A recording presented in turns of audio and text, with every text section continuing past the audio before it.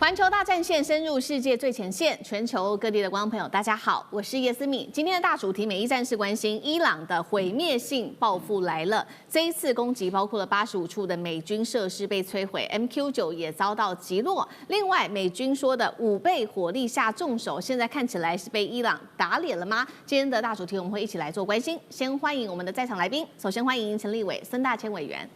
大家好。台大哲學系教授苑舉正老師，思敏好，各位觀眾朋友大家好。資深媒體人彭華幹幹哥，思敏好，大家晚安。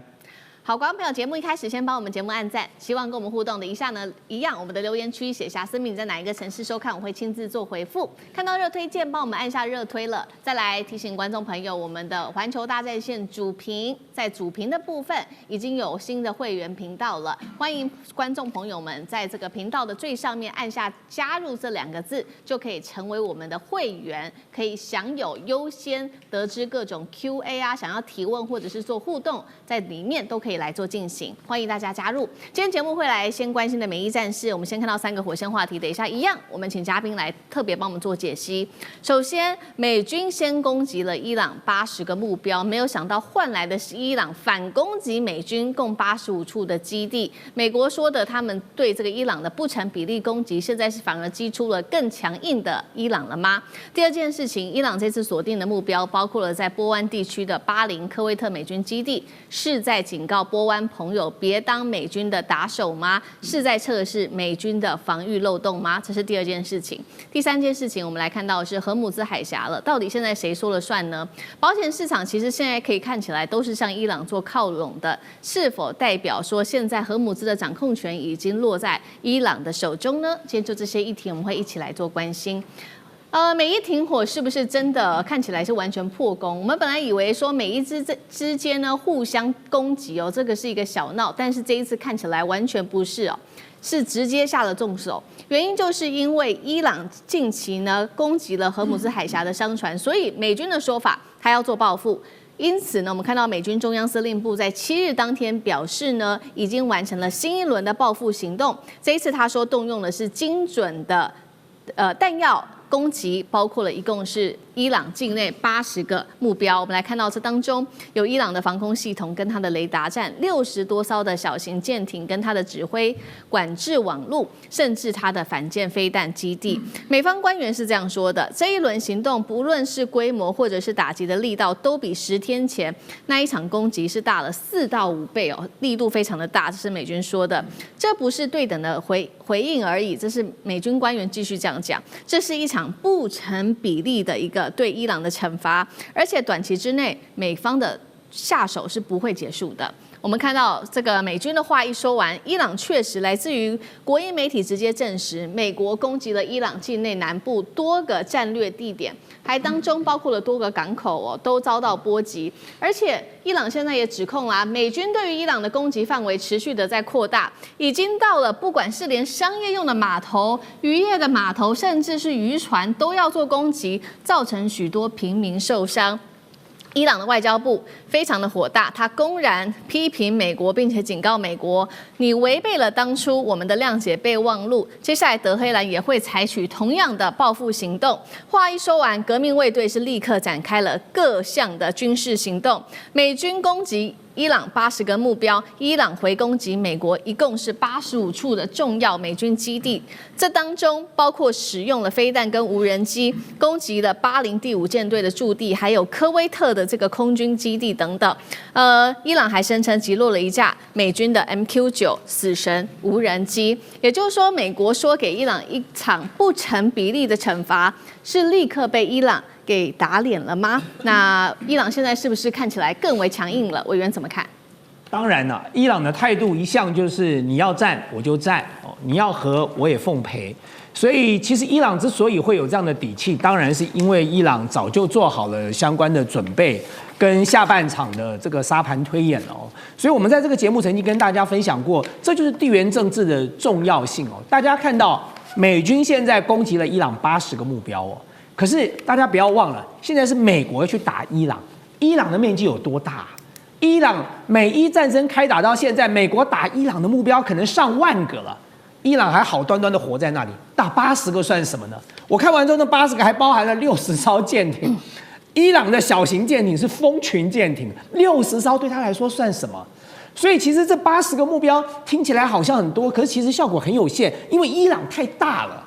關鍵問題是美國要打伊朗，而不是伊朗要打美國。我不斷的在強調這個重要的關係。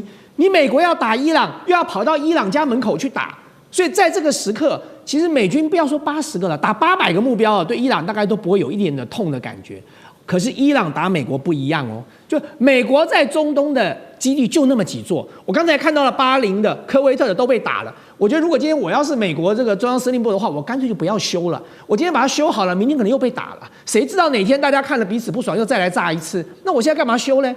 現在对美國最大的問題是這樣哦，你在中東的基地就這麼多，你的相關的設施也就擺在那裡，如果不斷的在被攻擊。那麼回到下一個問題來，那你接下來的兵力調度就會有問題。你要怎麼調度？航空母艦戰鬥群2棲登陸這個攻擊艦，該調回美國本土的都調回去了。就算在這個中東地區的，你也離這個戰區很遠啊，因為你怕被伊朗不對稱的攻擊而消耗掉了你海軍珍貴的戰力。這些東西都是馬上美國就要面對的問題。那對伊朗來講啊，關鍵問題來了。伊朗借由一次一次的切香腸行動，他幾乎已經讓國際社會承認他有荷姆茲海峽的控制權了，就不需要你美國承諾，你就看着我一次一次的用切香腸，然後你看看國際社會到底是相信你美國還是相信我伊朗。現在顯然看起來大家覺得相信伊朗比較有保障啊，我寧願交了個錢，然後我就可以順利的通過了。那我何苦去尬到美國跟伊朗之間彼此的紛爭當中呢？所以在這個過程當中，對伊朗來講，他長遠要的東西，他其實還沒要到哦。所以我說，為什麼伊朗他說要戰我奉陪，要和也可以？其實最主要的原因就是對伊朗來講，他要的東西大家都知道，荷姆茲海峽的控制權，要能夠自由发展這個濃縮鈾的這個相關的權利，要美國解除經濟制裁，要伊朗成為中東的一個正常國家，不要再被美國欺壓跟這個打擊。這些東西其實伊朗目前為止都沒有拿到實質的成果。所以對伊朗來講，他何嘗不是在做極限施壓呢？大家說川普喜歡玩極限施壓，伊朗何嘗不是呢？如果這場戰爭接着這樣持續的不斷的紛擾下去的話，國際能源的價格會持續居高不下的。那麼美國馬上就要面臨9月要不要升息了，這就是通貨膨脹的壓力的問題了。美國的這個期中選舉馬上就要展開了，這些東西都是川普馬上要面臨的問題。所以今天不止川普對伊朗做極限施壓，伊朗對川普也在做極限施壓。好，所以我們看到這個和談前哦，美伊就以軍事的角度來說，大家都在做最強烈的一個軍事上面的施壓。不過我們也看到這一波美伊互攻哦，伊朗也不是亂打。他其實呢有在挑選地區的，而且是對於美國來說，還有對於波灣來說是傷害非常大的。這一次挑選的地區，我們剛剛特別提到了嘛，鎖定的是巴林跟這個科威特。為什麼這2個地方我說非常的重要呢？先來看到其實呢，伊朗很清楚自己不會去打這個美國的本土哦，依靠的不是美國本土，而是在波灣地區。因為巴林這邊呢是美軍的第5艦隊的所在地，是波灣海上行動的一個核心指揮樞紐，所以他選擇第一個打這裡。第二個，他打科威特，尤其是在當地的一個阿里薩勒姆空軍基地，同樣是美軍在中東空中行動非常重要的一個點哦，所以他直接打在美軍在中東的神經樞紐上嗎？那幹哥怎麼看？選擇這2個基地的原因，另外也是對於波灣國家地區做一個警告嗎？幹哥怎麼看？好，巴林的第5艦隊基地大概已經快30年了，是美國第5艦隊的基地，也就是說，這個地方從來不會有任何問題。也就是說，長久以來，你說同樣都是穆斯林國家，但是巴林跟美國之間的關係，它其實很穩的。所以我這個基地設在這邊，我這個基地坦白講一句，是一個很重要的點。它雖然不是所有重要艦艇的所在地，但是它是一個轉運港，以及就是說下達命令的指揮所。好，那它這個可以停泊大型的軍艦，最主要就是神盾驅逐艦的泊地啊。那所以這個港對於美國來講非常重要，因為如果說你不用這個港，你就沒有地方可以用了。坦白講啊，那你要用誰的港？用沙烏地阿拉伯的港嗎？那很遠啊。那所以巴林這個基地非常重要。那另外一個在那個科威特的那個基地叫阿里薩勒姆啊，阿里薩勒姆這個基地那就重要的多。為什麼？因為它有E3，有E3空中預警機，還有 KC-135，空中加油機，它還有很多你想象不到的那種無人機，或者是那個後勤支援裝備，以及愛國者飛彈的轉運站等等。所以阿里薩勒姆這個基地不一樣，而且美國把這個科威特從海珊，也就是以前伊拉克佔領它的時候，就伊拉克總統海珊佔領科威特的時候，他把薩達姆打退了之後，然後就馬上把美國主要的軍機就交給了科威特，所以這個基地非常重要。可是你到現在為止，你知道它受損的程度嗎？不敢講，也許很嚴重。所以這一次他說他攻擊了美國80個目標，那到底又有多少飛機受損呢？其實我說一句實在話，伊朗可以經得起你打我85個，可是美國經不起被打80個，這一點很重要。為什麼？因為美國只要挨打的話，那都是高價值目標。他連那個無人機的操作基地有沒有？它是一個一個的長貨櫃，那個打下去，你知道那個不是那種鐵皮屋蓋起來的，是都很昂貴的。所以美國沒有80個有價值的基地讓你打，為什麼？因為那損失太大。最重要的是人員有沒有受傷？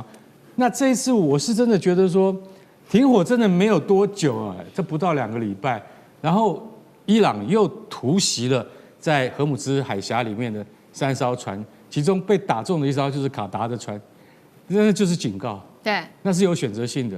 卡達的油輪被打中了，就是說你再這樣子哈，我打卡達，我打科威特，我打巴林，都有象徵意涵在裡面的，就是說我不是這樣子就達成了諒解備忘錄，就被摸頭了，就永遠沒事了。北海布倫特原油最近又漲到76塊一桶，好不容易跌回72塊一桶，就美國人可以喘息一下了。就像一打，兩邊一開打，又上去了。西德州中級原油也從69塊變成了73塊了。那個都好不容易降下來，你現在又上去了，就為了這一點點小型的衝突，就現在升高為各打對方80幾個甚至100個。那這場戰事好像又要重啟戰端了嗎？所以我們是真的覺得哈，美國他現在就說，你為了3艘船遇襲而又重新施展你的這個全面打擊，我老實跟你講一句，那個花很多錢，而且我看完全打亂航空母艦戰鬥群的部署。卡爾文森號又掉頭回來，又要放飛機出去，然後你現在觀望不能動，為什麼？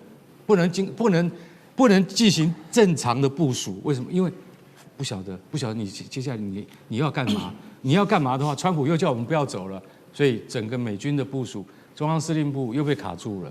這件事情，我覺得短時間之內真的沒有辦法善了了。好，所以這一場這個攻擊還在持續的進行當中。不過，如剛哥剛剛幫我們特別看到的這一場美伊之間的攻擊的起源，其實就是在6號這一天哦，因為荷姆茲海峽的爭議哦，伊朗去打擊這一艘來自於卡達的天然氣油輪，所以那個油輪呢遭到重挫起火，才會有後續的各種攻擊。那為什麼伊朗現在要打？大家也在關注，原因是我們看到是說，不是美伊 MOU 已經說好了嗎？荷姆茲海峽60天內是可以免費通行的嗎？那伊朗現在其實在意的點，並不是說這個60天之內免費通行，而是說你要通行可以，但是你必須要走我的航線。但是卡達這艘船沒有走伊朗的航線，所以被遭到攻擊。現在也在看說，是不是等於荷姆茲海峽根本就是伊朗在掌控呢？另外，我們如果從這個保險費也可以看出一些端倪哦。現在呢有2條路可以走，一個是走南部靠近阿曼這一條路，那這一邊的保險費比較貴，是35萬美元。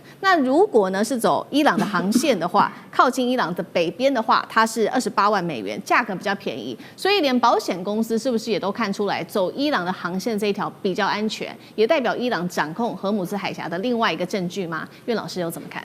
這個議題非常重要啊！為什麼呢？因為今年的2月28號以前的話呢，荷姆茲海峽是完全自由開放的。然後呢，川普呢做了這個要跟以色列一起聯合打伊朗的這個動作嘛，這個戰爭動作，先把哈梅尼耶給幹掉了以後，哈梅尼耶的話就是3天前吧出兵嘛，就是有他的喪禮嘛。就連那個川普自己都講，他非常驚訝。他本來以為說伊朗被打了以後呢，就可以順勢就推翻政權更迭，結果搞了個半天以後呢，發覺伊朗人非常愛戴他們的宗教領袖，所以說那個伊朗人這個情況下來講就轉變了。這個你們 MOU 裡面簽的最14條當中最重要的一條，其實就是有關伊朗對於這個荷姆茲海峽的這個通行權有絕對的這個，他提名他不叫做收過路費，他收叫服務費了啊。但是這裡面講的都是講什麼費都不重要。真正重要的就是說，你必須要承認伊朗對於荷姆茲海峽具有實際上的掌控權。所以現在的話呢，這個我上次在這個節目當中講，那個長倫那個長利號被打的話呢，我都覺得是故意打的。就是要告訴你，因為長榮的長利號它的船多嘛，它基本上走的話呢，就是一個比較安全的一個航道。但是的話呢，这個下面的話呢，走這個阿曼的航道的話，因為那個荷姆茲海峽很近，就是阿曼跟伊朗之間的。對。但它那個海道這麼。大概就是27、8公里的路線分成3段，那其中大部分就是1半以上靠北，就是靠伊朗嘛。那伊朗現在的話呢，我覺得有3個原因可以說明為什麼它這個價錢會比較便宜。第一個的話呢，這個大家都會發覺，伊朗要求的才是真的，但阿曼沒有這個能力。